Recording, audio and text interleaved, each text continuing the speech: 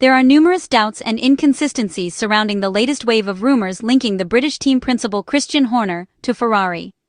Once again, speculation has reignited about a potential future collaboration between the longtime Red Bull leader and the iconic Italian team from Maranello. But several key factors suggest that this theory might not hold up under closer examination. Back in May 2025, when Christian Horner still appeared to be firmly in control of the Red Bull Formula One team, the German newspaper Bild reported that Ferrari had initiated informal contact with him. This rumor quickly circulated throughout the paddock, prompting Christian Horner to publicly reaffirm his total loyalty and commitment to Red Bull. He emphasized that he remained entirely dedicated to the team's ongoing success and highlighted his central role in the winning project he had helped to build and sustain over the past 2 decades. It later came as little surprise when several Dutch media outlets suggested that it was actually Christian Horner himself who had intentionally leaked this story to the press. According to those reports, he had become increasingly aware that his time at Red Bull was nearing its end, an intuition that turned out to be accurate as events later unfolded. After more than 20 years with the team, Christian Horner's era as team principal came to an abrupt close, marking the end of one of the most dominant partnerships in modern Formula One history. Then, on July 9th, came the unexpected announcement of Christian Horner's dismissal from Red Bull. The news sent shockwaves through the paddock and immediately reignited speculation about his next move. However, sources close to Ferrari were quick to deny any connection, insisting that the 51-year-old British manager was not part of Maranello's future strategic plans. At that time, there was still the unresolved issue of the harassment allegations against Christian Horner, a case that was due to reach the courtroom in January, following a lawsuit filed by a former Red Bull employee. The matter was particularly delicate and had cast a long shadow over Christian Horner's professional reputation.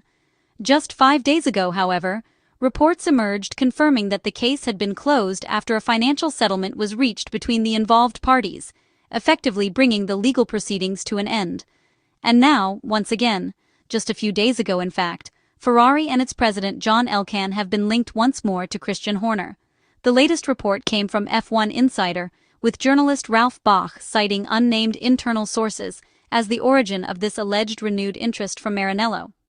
Yet, as compelling as the rumor might seem at first glance, a deeper analysis reveals several points that simply don't add up. There are 5 key aspects that don't add up. First is Frédéric Vasseur's contract renewal.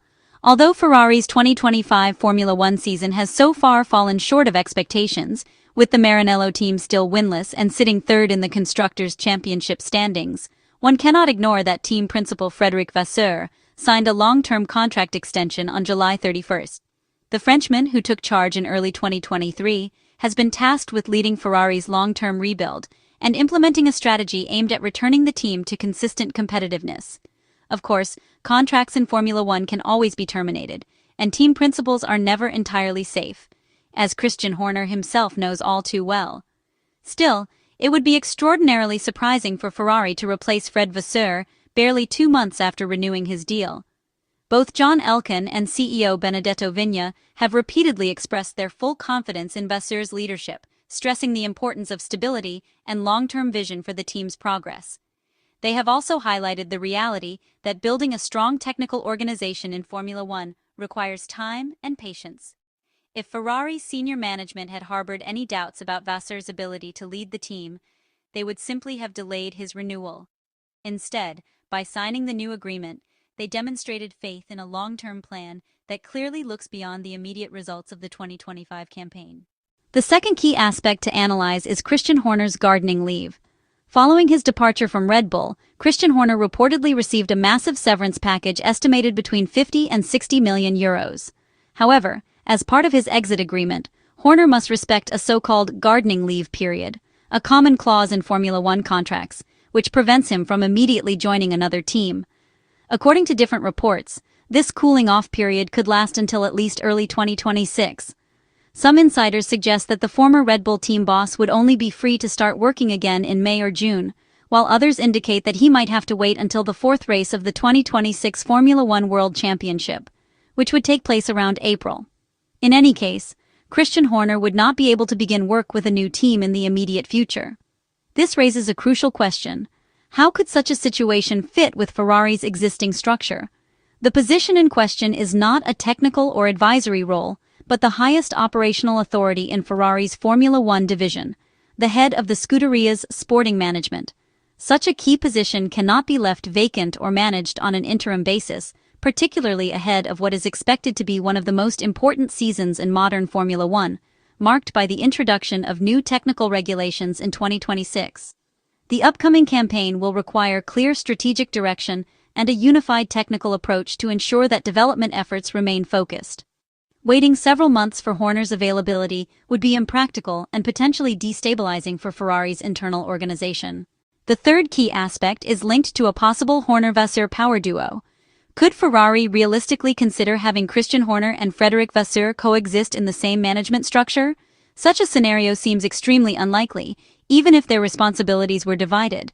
For instance, with Christian Horner acting as CEO and Fred Vasseur remaining as team principal.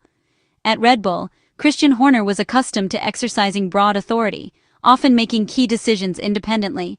Over the years, he had gradually centralized control over several areas beyond racing operations, including marketing, communications, and even public relations. This leadership style made him the clear and unchallenged figurehead of the team. By contrast, Frédéric Vasseur has also built a reputation as a strong and independent leader, known for his hands-on approach and clear management philosophy. It is therefore difficult to imagine how the French manager could accept a diminished or subordinate position within the team. The overlap in their potential roles would likely create internal friction and confusion. Simply put, the idea of these two powerful personalities sharing control at Ferrari feels closer to a fantasy than a realistic plan. Another significant factor is Christian Horner's ambition to become a Toto Wolff. There is little doubt that Christian Horner is eager to return to the Formula One paddock. Hardly a week goes by without his name being linked to a potential team, whether that's Alpine, Haas, Williams, or Aston Martin. The common thread running through all these rumors is Horner's clear ambition to take on a role similar to that of Toto Wolff at Mercedes, not just as a team principal, but as a co-owner or shareholder. That aspiration significantly complicates any potential partnership with Ferrari. The Scuderia is structured as part of a larger corporate entity and does not allow external ownership or private shareholding in its Formula One operations. The only available role for Horner would therefore be a management position, which would not align with his long-term personal ambitions. In this context, it's entirely plausible that the renewed rumors connecting Horner to Ferrari serve a different strategic purpose. By letting his name circulate in connection with a prestigious team like Ferrari, Horner could be seeking to maintain visibility within the paddock and indirectly apply pressure on other teams currently evaluating leadership changes. Generating speculation about Ferrari may help accelerate negotiations elsewhere, keeping his profile relevant and his perceived market value high. Finally, the ongoing chaos surrounding Ferrari cannot be ignored. It's no secret that Ferrari is currently enduring a turbulent and complicated phase, both on and off the track. When performance on the circuit falters, the noise around Maranello tends to grow louder, and recent weeks have been no exception. In the past 4 days alone, the Italian media landscape has been flooded with reports of internal tension and uncertainty. These include rumors of an alleged argument between Frédéric Vasseur and a member of the technical staff, a claim swiftly and firmly denied by Ferrari, as well as speculation about dissatisfaction among engineers following certain remarks made by Charles Leclerc. Added to that are the new rumors surrounding Christian Horner, plus the names of Oscar Piastri, Gabriel Bortoleto, and Oliver Bearman, being mentioned by Blick as possible Ferrari drivers for 2026. And to make matters even more intriguing, F1 Insider recently suggested that Nicolas Tot, the longtime manager of Charles Leclerc, has held preliminary discussions with Red Bull regarding his client's future. Taken together, these reports create an almost apocalyptic picture of confusion, political maneuvering, and endless speculation around Ferrari. It paints a scenario filled with supposed rivalries, internal disputes, and constant uncertainty.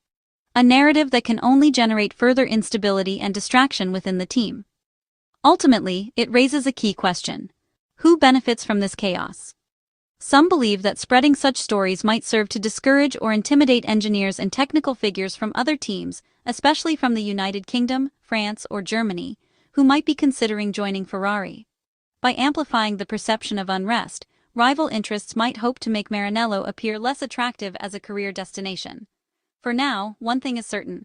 Christian Horner's name continues to dominate headlines, but the practical and strategic realities make a move to Ferrari appear highly improbable. The more one examines the details, the clearer it becomes that the pieces of this puzzle simply don't fit together.